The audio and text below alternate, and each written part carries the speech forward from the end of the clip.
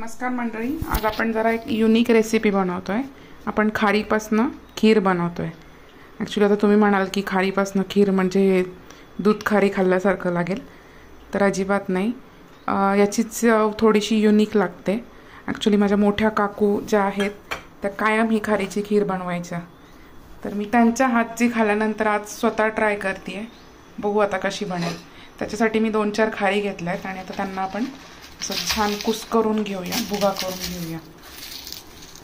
आता ही खारी ऑलरेडी भाजलेली आहे, तरी पण आपण पॅनमध्ये थोडंसं तूप टाकून याला भाजून घेऊया। तूप गरम झालंय, आता मी ही कुस्करलेली खारी याच्यामध्ये टाकते। आता आपण ही छान असे मिक्स करून घेऊ, तुपामध्ये भाजून घेऊ। खारी आता छान भाजून झाली, आपण त्याच्यामध्ये थोडंसं ड्राय फ्रूट्स कुटलेले ते पण भाजून घेऊ। लालसर असे भाजून झाली आहे खारी, बघा खारीचा रंग बदललाय। आणि ड्राय फ्रूट्स पण आपण याच्यामध्ये मिक्स करतोय। आता यात आपण उकळलेलं दूध टाकूया।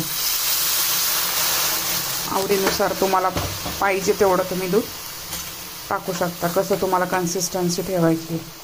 आणि हे छान असं मिक्स करून घेऊ आपण। यात आपण आता आपल्या आवडीनुसार साखर घालूया। साधारण 1-2-3 चमचे साखर मी घातली आहे।